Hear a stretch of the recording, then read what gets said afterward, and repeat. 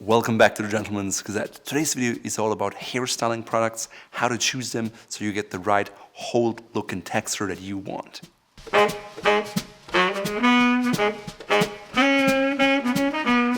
The difficulty in finding a hair product that is best for your hair is the sheer flood of products on the market. You can find anything from $1 products to others that cost several $100s. But just because something is more expensive doesn't mean it is automatically better for you. Secondly, just because a hair product works well for your friend doesn't mean it's going to work for you, simply because you may have very thick, greasy hair versus he has thin and dry hair. So how do you find and choose the right product for your hair? First of all, you have to analyze your hair type. So hair type can be straight, wavy, curly, or kinky, all of which can be thin or thick. For example, I have coarse, thick, and voluminous hair that is quite dry. So I need a product that tames my hair without drying it out. As a kid, I had curls, and if I let my hair grow, it definitely becomes more wavy now. For me, I always need hair products with an extreme hold, otherwise my hair just does whatever it wants. On the other hand, if you have thin, sparse, or straight hair, you do not want a product with a lot of hold, otherwise it's weighing your hair down. So how do you figure out what hair type you have? Frankly, it's best to talk to your barber or to your hairstylist because they have more experience and they can tell you what kind of hair you got. Second, once you know your hair type, decide on what style you want. Basically means, what do you want your hair to look like? Do you want to have beach hair that is wavy and stands up? Do you want something that I have that is relatively stiff and very neat and gentlemanly? Do you want your hair to be flexible or loose, or just very much in place? Do you want a matte and textured look, or do you want a smooth and shiny look? Should it be obvious or should it be subtle? These are all questions that you have to answer for yourself. Again, it pays to talk to your stylist, to maybe look at different photos and see what you like and dislike. 3. I know, I said ask your stylist, but always take their advice with a grain of salt. As I mentioned before, a stylist knows your hair, they have a good comparison, they've tried different things, and they know what works for a certain type of hair and what doesn't. On the flip side, they have a serious conflict of interest. Simply because if you think about your haircut, right? Do your haircut takes them 30, 40, or 50 minutes. Now by selling you a product, they can make twice as much or maybe even more money just by selling you that product in an additional 2 minutes. Therefore, stylists aren't really objective about what they're selling you. Chances are they want to sell you something that is ideal for your hair that they have right there at the store. In some salons or barbershop, they're trying to tell you that the products they have from a certain brand are different than if you buy them at Costco, for example. However, there's no evidence that suggests that the J. Crew product you buy at your barbershop is any different than the one you buy at your drugstore. In general, anything related to hair is a very high-margin product, so always keep that in mind when you buy something. Also, don't be afraid to question and ask your stylist about specifics. The sales pitch may go like this. This product has much higher quality ingredients that are much more concentrated without any filler materials. Also, it only uses essential oils and leaves out all the bad chemicals. In that case, just ask them why. Why is this product a better quality? Why is this one ingredient better than the others? Which chemicals exactly are left out? What is the exact concentration in this product? If they can't answer those questions, or if they are not willing to tell you to answer them later and do some research, it's nothing more but an empty sales pitch. 4. Let's talk about the different types of hair products out there. Pomade, gel, wax, styling cream, putty, clay, sea salt spray, paste, and last but not least, hairspray. So the big question is, what do they do and what are they best for? And here's where the problem begins. These are not trademarked or defined terms, and every brand may use them slightly differently. So for one brand, pomade is kind of a wax-based product with fat that you smear in your hair. For others, it's completely waxless, water-soluble, and just different altogether.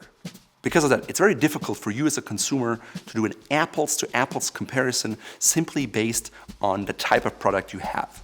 Yes, a spray is a spray, but some may be aerosol sprays, others may be a pump spray, which can be hugely different in their effect on your hair. So what should you do instead? I suggest you look at the characteristics of each hair product, which is hold, body, and shine. Every hair product will have different strengths in different areas, and this is what matters most to your hair and the way it looks. With hold, I mean how long does a specific product hold that hairstyle throughout the day, no matter it's really sunny, windy, or rainy. With body, I mean how much volume does a hair product add to your hair. For example, with my hair, without product, it just stands up, and so I don't need more body, I need less. By shine, I mean how reflective is your hair gonna be in terms of the light? Do you want it to sparkle, or do you want it to be very matte? Now, even though I've just said every hair product type is slightly different, we still try to create an infographic that fits 95% of the hair products out there, and you can find it on our website here. 5. One of the most important things you can do as a consumer is to evaluate the ingredients of your hair product. As with pretty much anything as a consumer, you have to be educated so you can cut through the marketing speech and make sure you get the best value product for your hair. Now you may wonder, how do I do that? I have no clue about hair. Where do I start making an informed decision? Honestly, the best place for information on hair products that I've found is the environmental working group Skin Deep Cosmetics database. Yes, that is a mouthful, but guess what? This wasn't made by marketers, but by scientists, hence the tongue breaker name. Even though the name suggests it just covers cosmetics, it covers hair products as well and has overall more than 70,000 products that are analyzed in detail. All you have to do is type in your product brand and the product name, and then it will show you if it contains any hazardous materials, what the composition is, and also if there are other products that are maybe related but better. Personally, to me, it was revelating. Even just typing in big brands like Jack Black or J. Crew, Paul Mitchell, or Redken, and realizing that these brands that are always praised as something really special are maybe not quite as good as you thought they were. Overall, it gave me a much better idea of what kind of stuff I put in my hair, whether it makes sense for the hair type I have and the style I'm going for, and what other products are out there that are much better. Now, last but not least, I really urge you to experiment with different hair products. Yes, the database can really help you to narrow things down to a certain group of products, but then ultimately you still have to wear it in your hair and decide if it's something you want or if the look is just not right.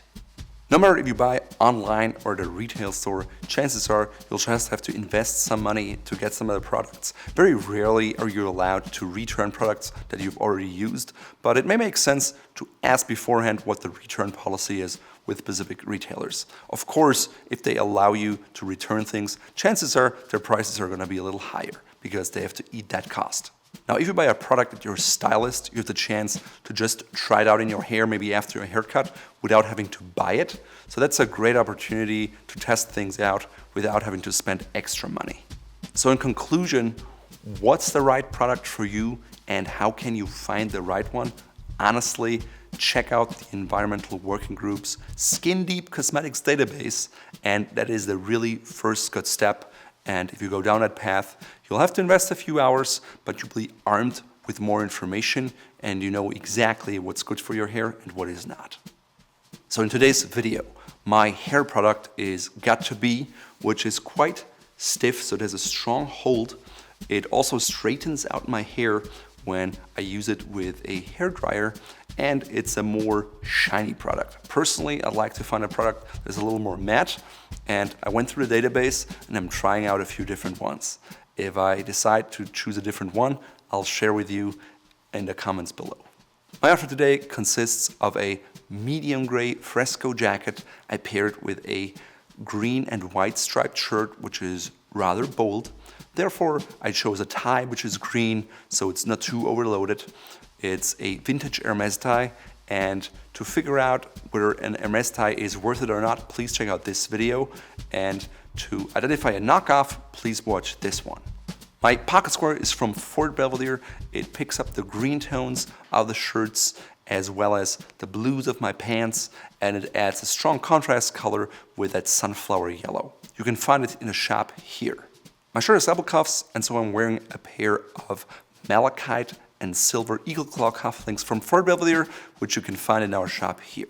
My pants are classic navy chinos from Polo Ralph Lauren. I combine them with blue and gray blue Fort Belvedere socks and with a belt in brown that matches my penny loafers.